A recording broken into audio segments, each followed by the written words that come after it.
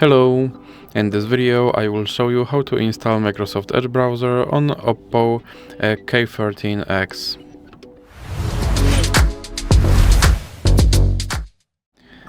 So you have to start by opening your Google Play Store, then click on search bar and type in Edge. Now click search and click install.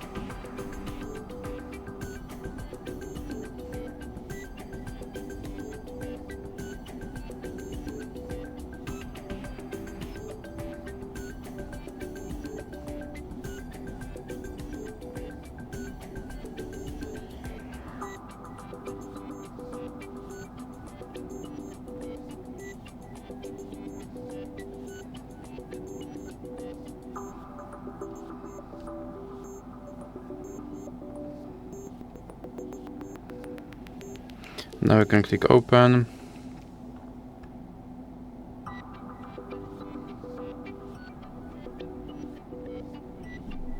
And here you can set this browser as your default browser, or you can click not now. And now you have to confirm your data and privacy settings. And as you can see, my Microsoft Edge is now installed and is ready to use. So that's it for this video.